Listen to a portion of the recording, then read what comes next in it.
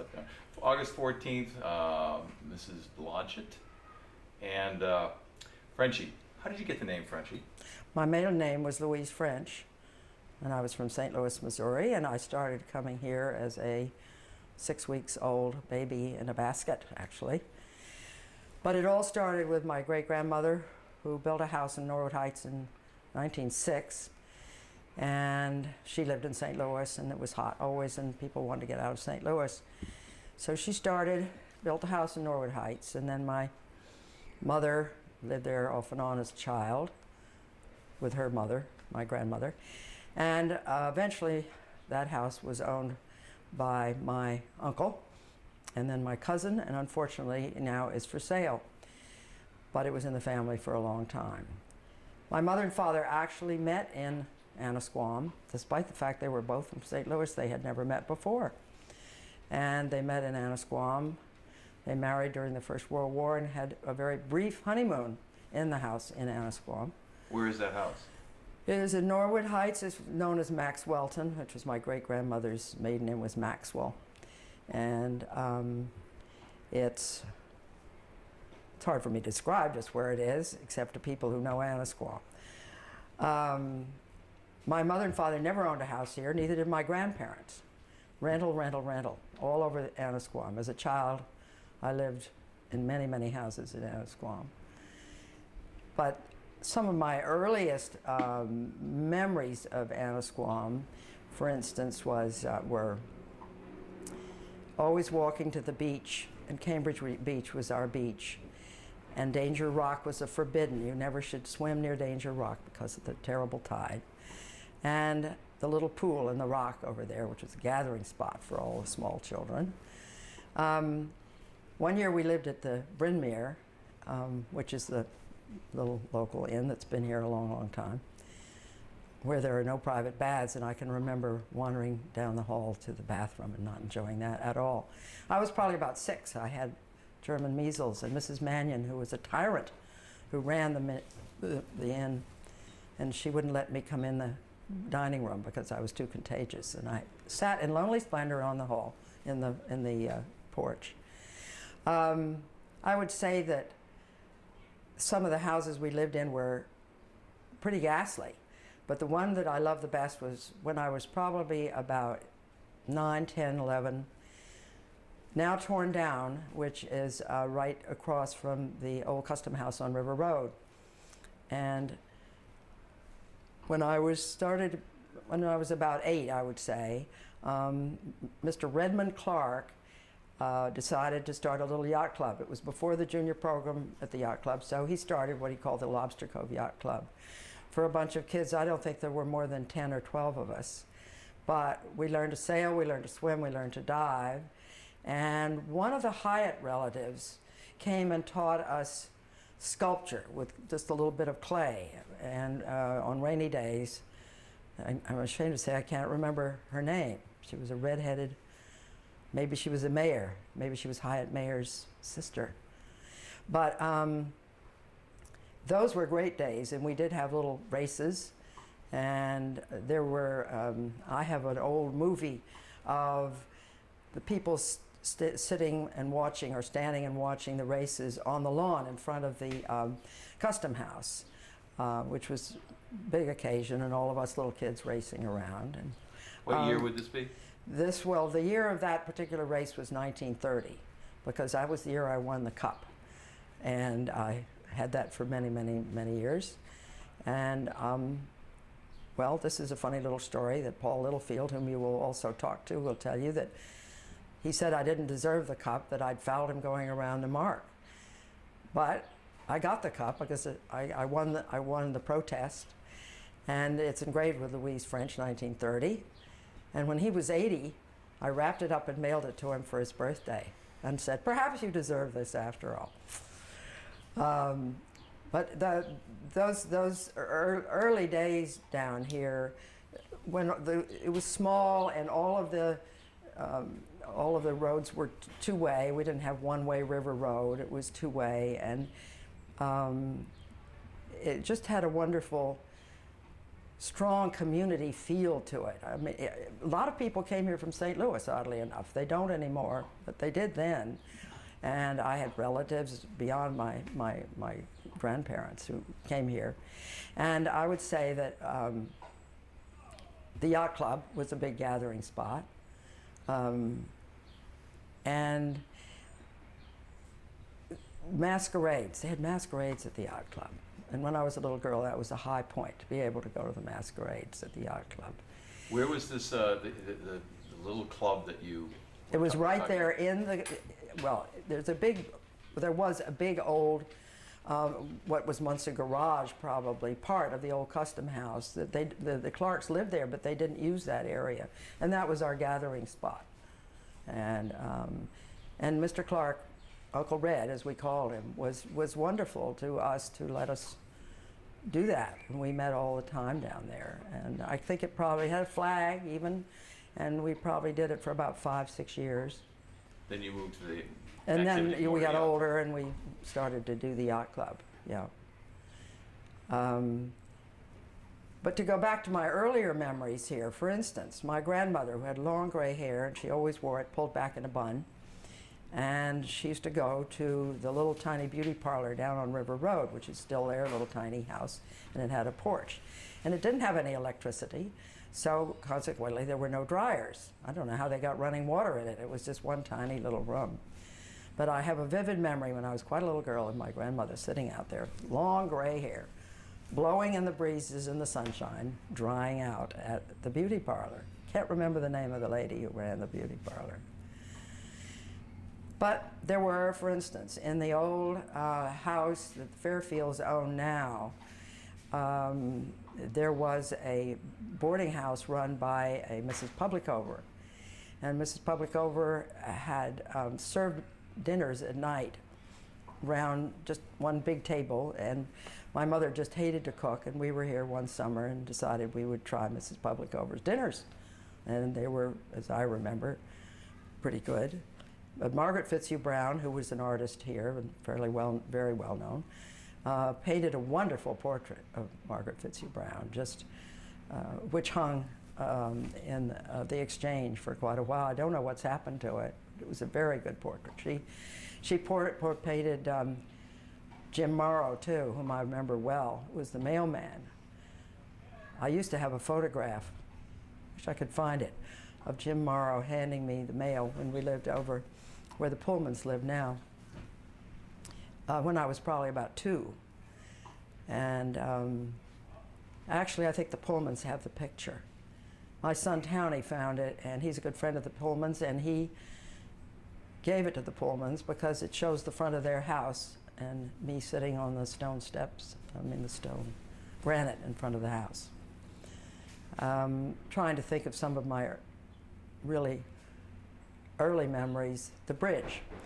In a car, if you were coming across the bridge had a thing like this from the old drawbridge. And the thing that you always would say to your parents or your parents' friends who would be driving you home from Gloucester, go fast over the bump, because the car just went up in the air and all of us rose up in the air, and it was delightful. And that was when we were quite small. And then they eliminated the bump, and it's remained bumpless over the years. Okay, now I've run out, just briefly. You'll have to... Okay. Well, we'll catch, now that you're... What's that? I don't know, Mrs. Blodget, if it was mentioned earlier, but if Tom asks a question, if you could answer with that question, like how long have you lived here? I've lived here. Okay. That's right. Okay. Rather than answering the question, 27 years, just say I've lived here for 27 years. Oh, I see. Well, doesn't your voice come across? Yeah, but it's not going to be in the, we'll edit that out. Oh, I see. And Okay. then, if you get back to it, I don't know if Anna Huntington Hyatt was the Hyatt you were speaking of? Well, I don't think it was the Hyatt that did the Joan of Arc. I wish I could put that together. I don't think so. All right. I think it was... No need to go back. Yeah, I don't think so. But the picture, the film that we're going to see of you rowing, can you describe where in the cove that was? And No, I couldn't possibly. You can't really quite tell. It's just in the cove somewhere, me in a little rowboat going like that. That's all it is. Do you even remember it? No, No? I wouldn't Too long remember ago. it. Who are the people that do you remember the name? You said Paul Littlefield, but Yeah. can you remember growing up as kids? Who would be Who were around? my friends? Yeah. Who were Who the my people? friends? Yeah. You want to ask that question, or you want me just to Yes, start saying my friends were? When I was Yeah. Okay. You tell me when. anytime. Growing up here, the group of kids that I saw, Paul Littlefield and Sis Meacham and Sis Haviland Meacham, Sis Meacham Smith and Sis Haviland Meacham are the ones that are still around. But as a little girl, I used to play with the Hayden family and the Clark, Alicia Clark, who lived next door to me. There was a family named Murray that we all played together. The Osgood family, who lived here for a long time. We were just a little tight group. And then the yacht club came along, and when we all started to get older and go to the yacht club, we branched out more, and I knew more people. I was an only child, and I was quite strictly controlled, and I can remember being very jealous of people who could go over to Bass Rocks and be in the Follies, the Annisquam Follies, which were produced a couple of years running over in Bass Rocks. And I had a cousin who was allowed to be in it, and I thought, oh, this is killing me. But I was kept under wraps. The ones that I used to see, we moved as a pack. We really played together all the time, and because Annisquam is the kind of a town where everybody walked everywhere. It didn't matter where you lived, you could always walk, and I think that's still true. The children nowadays are not having to be transported anywhere by car, and not even many of them seem to have bicycles. But apropos of some of the houses that we lived in a tiny little house that has now been enlarged by Pidgey Larson, and right across from the old boat livery. I think it still has a sign saying boat livery. And right next door to that was the Barnacle, which was a tea room. Tea rooms were very popular in those days, and my grandmother used to take me there for tea in the afternoon. It's now a private house. There was also a tea room over in Wheeler's Point, which is another private house, but that was another thing to do. Really, it's hard to believe, drag your little 7, 8, 9-year-old child over to have tea in a tea room, but that's what I did. And how did life change for you when you became a teenager? When I became a teenager here, actually I went away to camp for 2 years when I was 11 and 12. But I came back at the end of camp. I always came back to Annisquam for part of the summer. The teenagers, oh well, you just have a good time. You fall in love with whoever's the nice next attractive boy, and you go to yacht club dances, and it was a great time, and I just loved it. And I managed always to be here every summer until the war. The first summer I ever missed here was during the war, when I was married and living in California, so I couldn't get back here. But other than that, I don't think I missed a summer. No, I'm pretty sure I didn't. And What year did you meet Sandy? I met my husband, Sandy Blodget, in 1938 in St. Louis when he came out there to work. But fortunately for me, who loved Annisquam, and I married a man, and I thought, if I marry a man, he's got to like Annisquam. And he had run with John Meacham at St. Paul's School in Harvard. And so he had been to Annisquam before, and he had a close friend who lived in Annisquam. So he immediately really just settled right in and loved Annisquam as much as I did. He loved to fish, he loved to boat, and he liked to play tennis. Tennis was always big. My mother, I think, won some tournaments down. In the old days, she used to play with Manly Ives at the yacht club. And I used to have some old pictures of her and Manly Ives on the tennis court, her wearing a long dress down to about here on the tennis court. But as far as as the war years were concerned, it was fascinating. The one year I was here, maybe I missed 2 summers during the war, but I was here at one point when my husband was at sea. Yes, Sandy was at sea and I was here. And during blackouts, and the Coast Guard being all around, gave it a very different flavor than Annisquam under normal summer conditions. But that was all. We need to stop. The tapes run out. Yeah, He's great. that's This great. is Well, all right. When I was very young, I couldn't have been more than 6 or 7. Old Mrs. French, who lived with a house, lovely old house, on the water at the end of Squam Rock Road, and had a big lawn with a lot of trees. And she would put on these little plays of fairy tales. She would sort of dramatize the fairy tales, and she had a fund of costumes. So I can remember thinking that was really great, and very jealous of the little kids who were asked to be in these little fairy tales that were put on. They were charming. Mrs. French, whom I really didn't know very well, but was a very fascinating woman. I wish she were around today and I could know her, because I think she contributed a lot to Annisquam, and I did know her sons, Hollis and Alden, very well, but I did not really know her. But I think she left her mark when she was living here. My mother and father knew her slightly. We're never related. My French family and that French family were not related. But those were special little events. Did you do anything with the Annisquam players or whatever they were called, or any theater things? And how about the Sea Fair? Were you ever in the waxworks? I never was in any local, no, theatricals or anything. I never was in the waxworks, which are the wonderful part of the Sea Fair.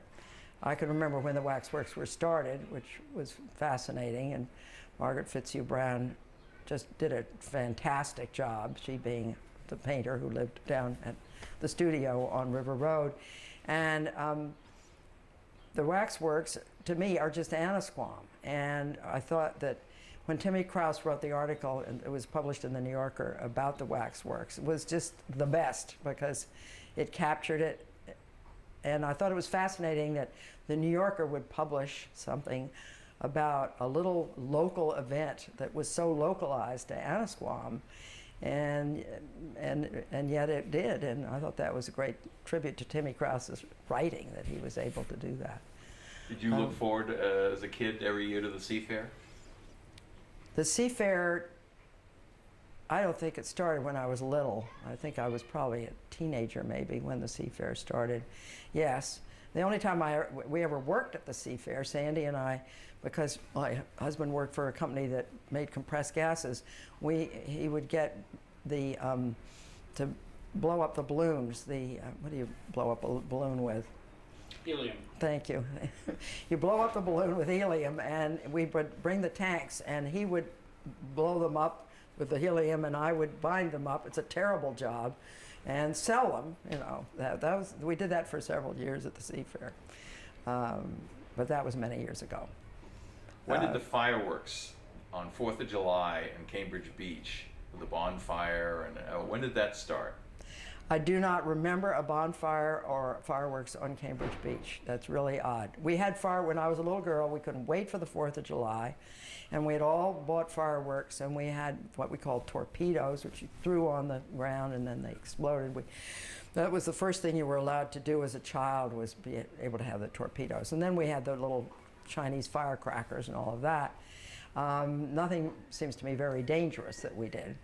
But I just loved all of the noisemakers, but I don't remember that we had great big hoop-de-doo fireworks, and that just doesn't ring a bell. Maybe I wasn't here much on the 4th of July. Sometimes we came all summer and sometimes we didn't. My father would have to come from St. Louis for his vacation, and in the old days, it was so hard to make a long-distance call that you made an appointment for a long-distance telephone call. I can remember my mother calling up long distance and saying we would call St. Louis at 7 o'clock on Sunday night or whatever it was. So she felt badly leaving my father all summer long, so sometimes we didn't. How would you get here from St. Louis? Before the Depression, we came on the train and shipped a car, and that was a very elegant way to come. Then after the Depression started, we drove, and you drove from St. Louis to Annisquam in those days with no turnpikes, and it took 5 days. And you went into all of the, you know, Indianapolis or Terre Haute or Cleveland or whatever. You couldn't bypass the cities. You went through the cities. You spent the night in the cities. And it was endless. But that's how we got here during the Depression. And of course, then the roads started to get better, so it wasn't as difficult. But over the years, Sandy and I, we lived in Pittsburgh, we lived in Chicago, we've lived in different places. We always came back here, and it was the same deal. I would be here most of the summer, and he would fly in for wherever we were from wherever we were living, and spend weekends or his vacation or whatever. But it was just following the pattern of my mother and father. I wish that we had gotten married in the village church, but my husband was we were engaged, and he was in the Navy, and he had been assigned to a ship in the Pacific. It was before Pearl Harbor. And he said, no, we shouldn't get married yet. We don't know whether there's going to be a war. So I was very sad about that, because it would have been great to have been married in Annisquam. So he went out to wait for his ship, and then he changed his mind and said, come to the West Coast and let's get married. So instead of the village church, we got married in Long Beach, California. After the war, we were living in Boston for a while, and that was great, because then we were not very far away. And I was here all summer. At that point, we were renting a house over there that the Pullmans are now in. We rented that for 16 summers from the Andrews. And then the house that I'm in right here, right now, became available because Mary Meyer, who'd been living here with her 4 children, decided that they were going to go elsewhere. They were going to spend more time in Maine. And as a consequence, she was willing to rent it. So I heard about it, and I rushed over here and saw Mary Meyer and fell in love with this wonderful house. So I've been here for 42 years. And this house had been lived in by Mary Meyer's relatives. Her father, Mr. Bradley, and the Chase and Cole connection, I'm never quite sure how that is, but old Louis Cole, who lived in this house, and everybody remembered Louis Cole that played tennis on the tennis courts down there, because he ruled the roost. He decided what bills to send out, and he decided whether you had enough money to pay more or less, and he arbitrarily decided what the fee should be for summer use of the Old Wharf Lot tennis court. He put the lines down. He was quite an elderly gentleman when he was doing this. And he would sit up in the window right over there and watch the tennis from up here. And if you played tennis, you would hear the windows squeak. They still squeak terribly, and you could tell that Louis was opening the windows and going to sit down and watch the tennis from up here. But he was quite a little character and loved the tennis. I think he'd probably been a tennis player himself. We used to call it Cole's Courts when we grew up. Well, yeah, in the early days before it became the Old Wharf Lot, it was called the Cole Courts. People referred to it as the Cole Court. And I don't remember just when it suddenly became the Old Wharf Lot. But I have Esther Pullman has old pictures taken right from this house that shows cows grazing down there in where the courts are right now.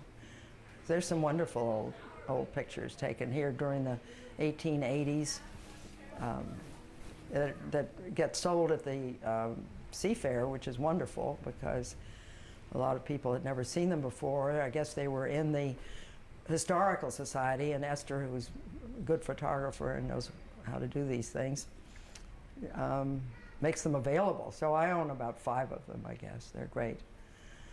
Now you were an active member of the yacht club, all starting when? Well, my mother and father belonged to the yacht club from way back when, and after we got married and were here right after the war, probably about 1946, our first summer that we were here after the war, we were not members, and we went to the yacht club twice in a month to the dances, and we were not supposed to do that. We were told that if we were not members, we were only allowed to come as a guest once. And I had to go and talk to Mr. Everett Brown, who was then the treasurer, in fear and trembling, to say I was terribly sorry we'd been there twice, but that we couldn't afford to join the yacht club at this point. And he said, well, more or less, don't come back this summer.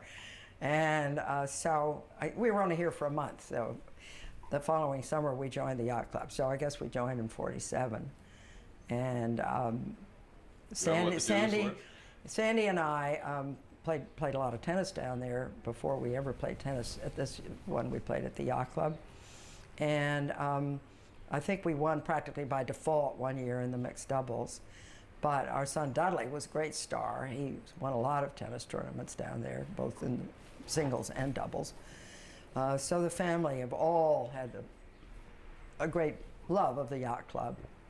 We used to have a turnabout, and my boys grew up sailing the turnabouts, which is a very small boat, like a little bathtub, hard to move around in, but that's what they had. I grew up learning in a fish boat, but they did the turnabout and crewed in bigger boats. But they did love tennis, all of them. My three sons and my daughter too. They're all good tennis players.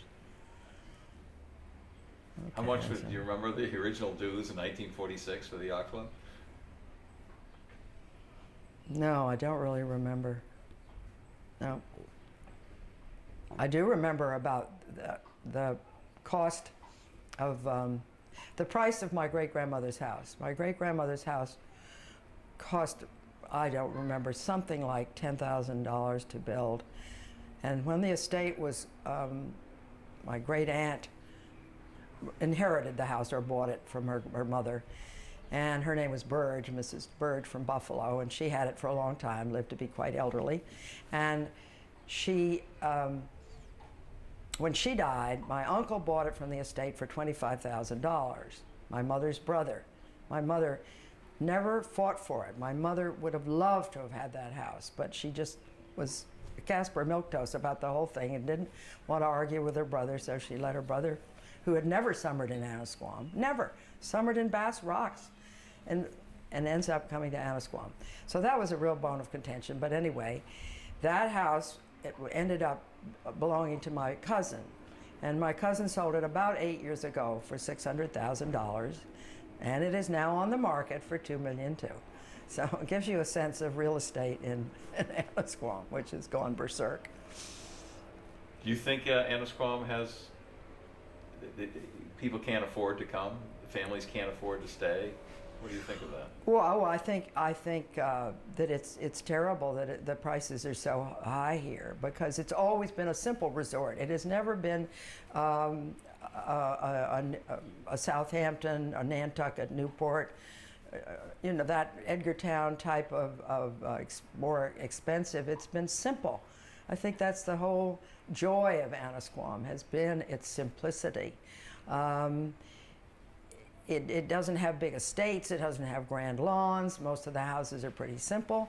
A lot of them now are being done over in great style, but I think all of its charm was its kind of sometimes run-downness, if you don't mind the expression. But that was the joy of Annisquam, and I hate to see the fact that the houses, even the simple houses, are going for $1 million, and the rents have gone way up, but it's the price of buying that's so bad. My children would, have loved to have owned a house here, but by the time they could sort of afford a house here, the houses had gotten too expensive. So that's too bad, I think, because the life here is still sailing and tennis, and the children. The JP, which is so good at the yacht club, is wonderful for all of the younger generation. They all get to know each other that way, and I have two granddaughters who have come over the summer for short, brief periods of time, and neither of them were here long enough to go to the junior program, and that was too bad because they never really got to know a lot of people, their age friends in Annisquam. They weren't here long enough, and they didn't get to go to the junior program, and that's the catalyst for the young people here. It's wonderful. And the yacht club, of course, has changed hugely over the years as far as the dining room and that kind of thing is concerned. For a long time, they didn't serve meals at all. And I remember when they first started having steak and lobster and a salad, and you could order ice cream for dessert, and it was $5.50. And that was all. They didn't have any elaborate menu, and you didn't eat out on the porch. You ate indoors. And it wasn't used all that amount. I mean, it was fairly simple. But, you know, it's gotten to be a great gathering spot. It's very popular now, and serve big, fancy, expensive meals, and it's delightful, but it's very different from what it was before. So in a sense, some of the simplicity is, but that's modern times. It's not surprising that that would happen. Now, Sandy, to tell us a little background of Sandy's family and who might have visited. Well, Sandy Blodget, my husband, was from New York City, and his mother and father were divorced when he was quite young, when he was 10, and his father married again, the actress and writer Kenyatta Skinner. And Kenyatta Skinner was a friend of the Elys, and the Elys, Mrs. Ely was an actress named Jean Dixon, and the Elys lived at the end of the Cove in a lovely white house on Washington Street. And so they came to visit the Elys and stayed in what was the Elys' little guest house there at the very end of the Cove, which I don't know who lives in that now. So they had been to Annisquam and knew Annisquam when Sandy married Annisquam, as it were.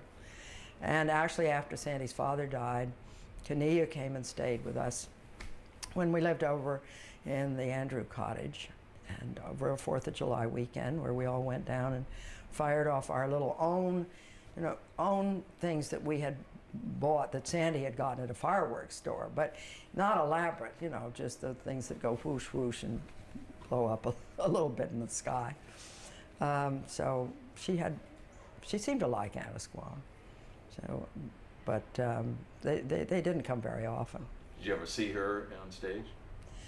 I saw Sandy's stepmother on the stage a lot because sometimes I would even go backstage, which was kind of fun. And she was a great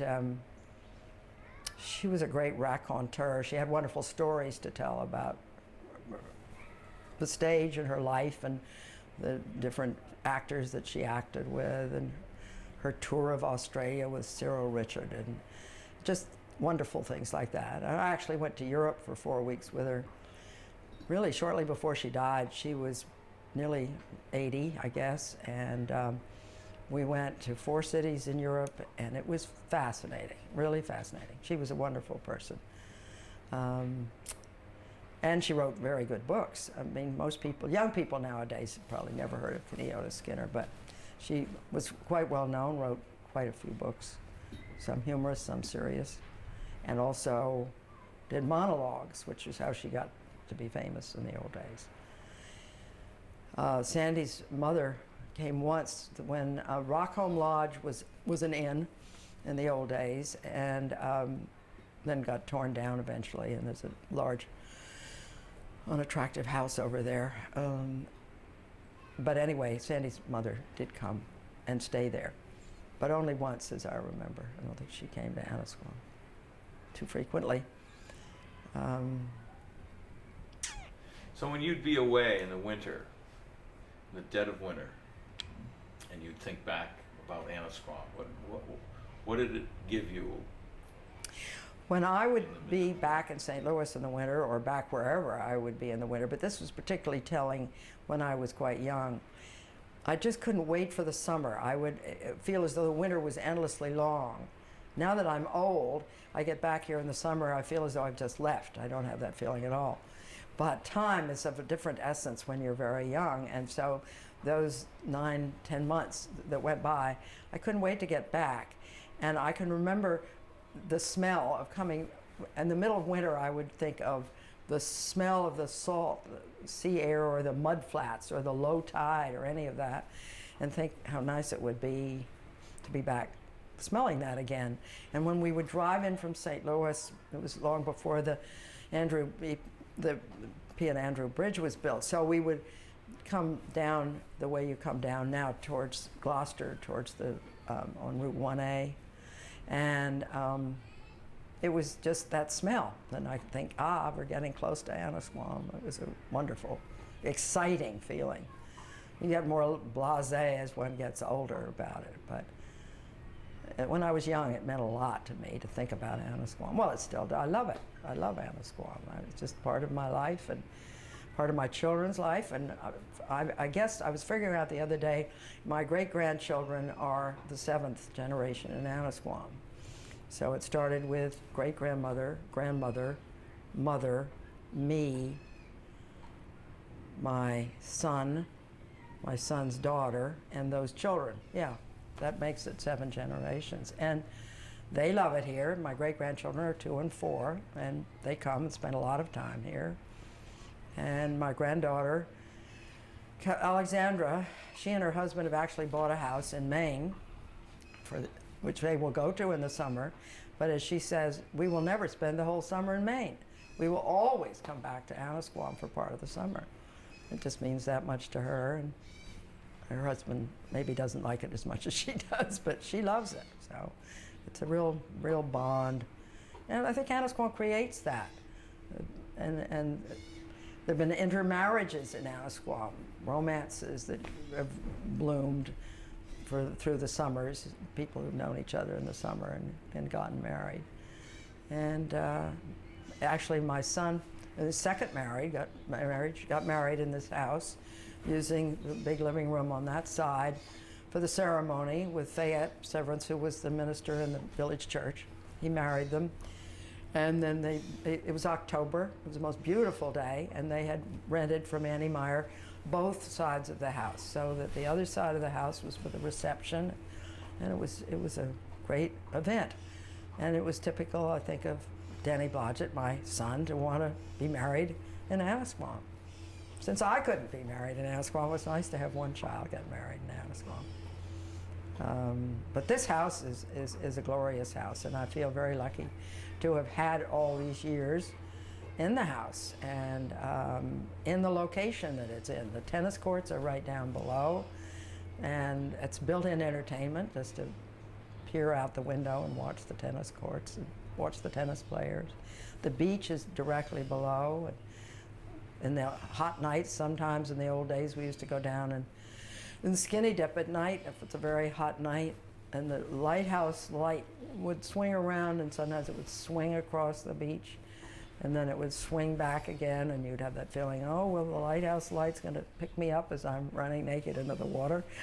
But anyway, I don't do that anymore. It's a little hard to clamber down all the way down the rocks to the beach. At night. I go down there a lot during the day, but I don't go down there at night.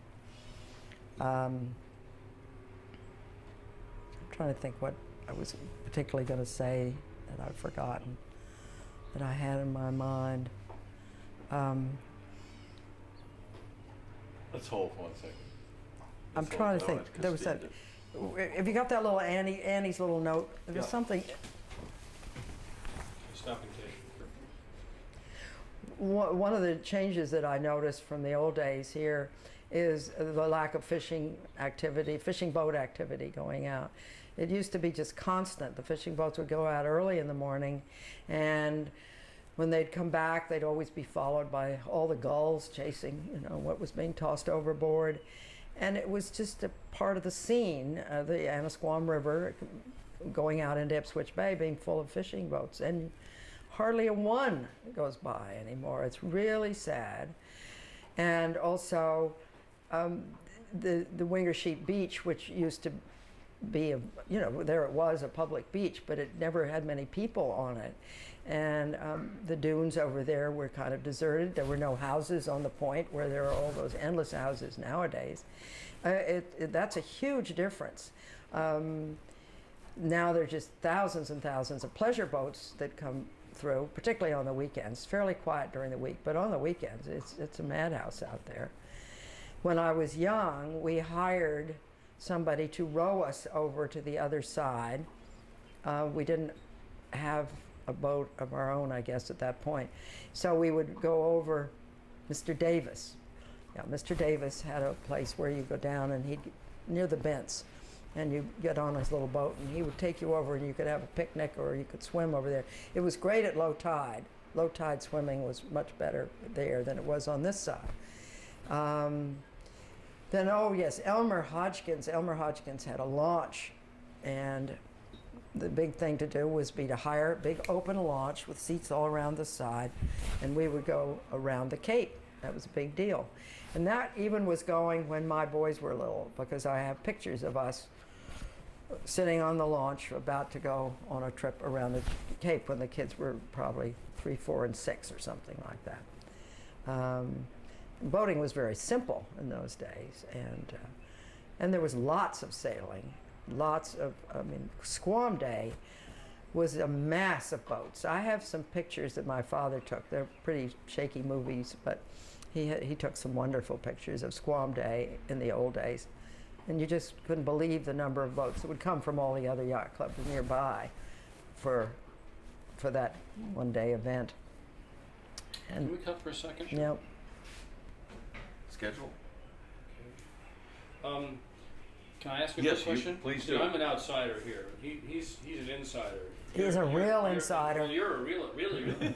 But as an outsider, I've come to visit Christine, and I've been working on a film about Virginia Lee Burton, who lived here. She was married to George Demetrios. Oh, a sculptor. yeah, okay, yeah, I know And she about George. wrote Mike Mulligan and the Steam Shovel. Lived in Folly Cove. Oh, right. And I'm just wondering, what is it? You've been coming here all your life, and please answer, Tom. Yeah. What is it that makes Annisquam special, as opposed to Gloucester or Rockport or Lanesville or any of the other areas on Cape Ann? Why did you always want to come back to Annisquam? And why did your family choose Annisquam to begin with? I often have wondered, well, how my family, or my great-grandmother even, chose Annisquam to begin with.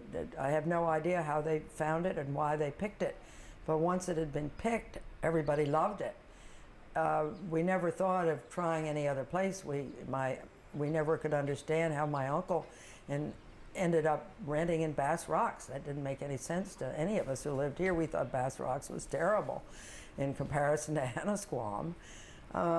It didn't seem like, well, it didn't have the same ambience. It didn't have the same community sense. It just was not the same.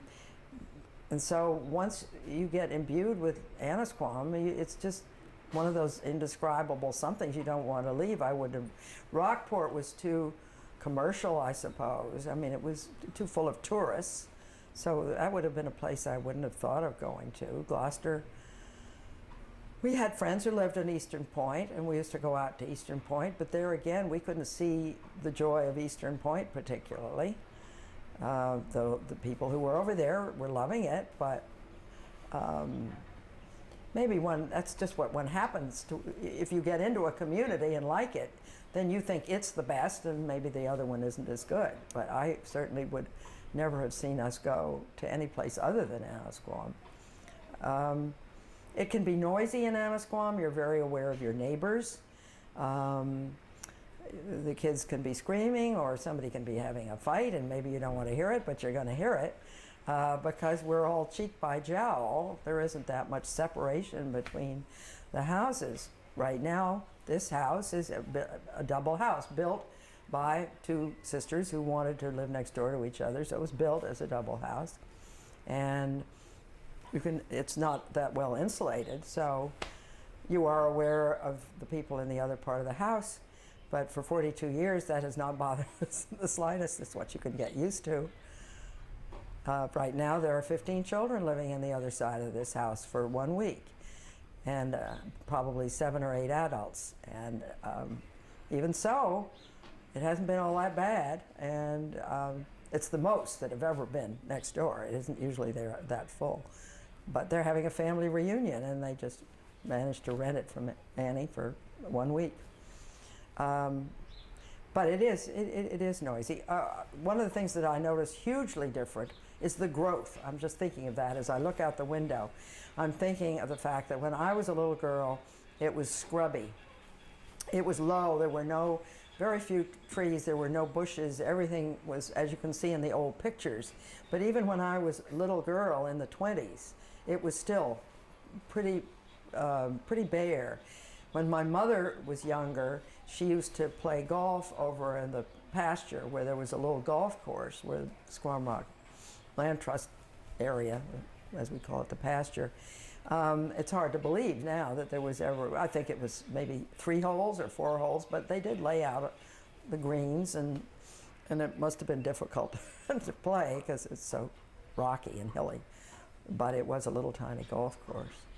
And now you can't keep the growth down. I mean, we're constantly, everybody's saying, can I cut down over there so I can see the water? And many people who could see the water before can't see the water anymore, which is too bad. But I don't know what made it all grow so fast. It just mushroomed. For so long it was bare, and what triggered all the growth, I wish I understood, but somebody could probably explain that to me and knew more about things like that. How about growth in population? I can't see that there are that many more people in Annisquam now than there were when I was young. It seems to me as though it's pretty much the same, except for the cars. I mean, parking, and the cars are just everywhere. You want to go to the yacht club to do something, and just go down and have dinner. You may have a long walk back to the yacht club because you can't find a place to park, that didn't used to be. But I don't feel as though it's more people. I guess everybody owns 3 cars or whatever it is, so there are just endless cars. It's too bad because at weekends in particular, when people come down who keep their boats in the harbor and they maybe don't live in Annisquam, certainly there are many more boats in the harbor. When you think of the fact that when I was young, I was racing in the harbor, in the cove, I mean, and where now every boat is just cheek by jowl and you couldn't race anywhere. But there were so few boats in those days. There were sailboats and a few. My uncle had a great big stink pot that he kept out in the river, as I remember. One of those big, huge, wood-hulled, old-fashioned boats. And it stood out. There were just not all that many of the big, fancy boats in existence. But they certainly are now. The fish market. Now, there's a loss. The fish market. When I was young, everybody used just the fish market. We did all our marketing there. It wasn't just a fish market. It had everything. SS Purse had a truck that would come by and sell. The SS Purse man would appear, and my mother would buy SS Purse canned stuff or whatever she was buying from him. And there was Shepherd's Market, which was part of Brown's department store in Gloucester, and sometimes one would go there to market. When my mother was young, there was a trolley that ran, and from around the Cape, I guess. Anyway, I know it ran from Annisquam into Gloucester. And I can remember the tracks. There would just be one track. They relayed the road, and they relayed the road over the track.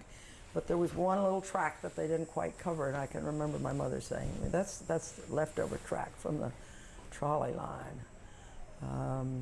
When I was young, we didn't swim much in the quarries until I was a teenager.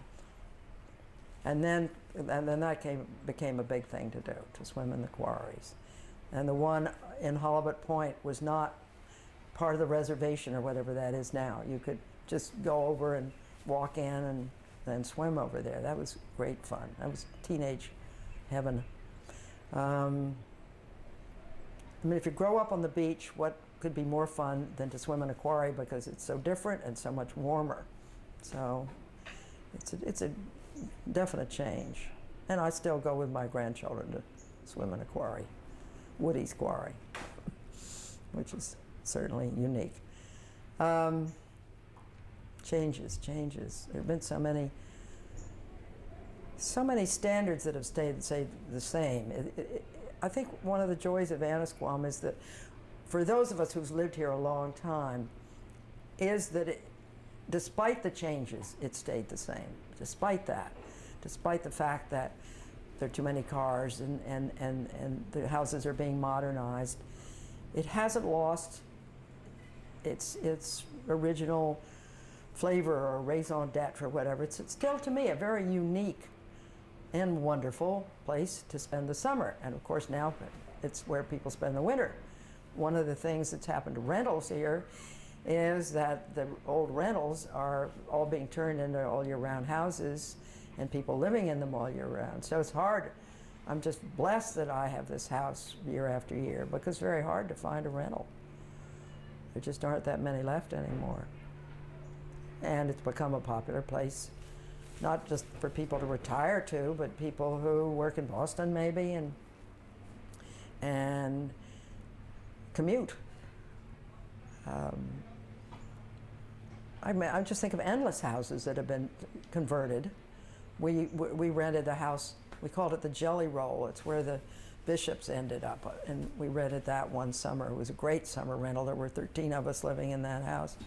It was the summer that Sandy and I got engaged, and my cousins were there, and my aunts and my uncles. It was really great fun, and of course the bishops winterized it, so that became no longer available.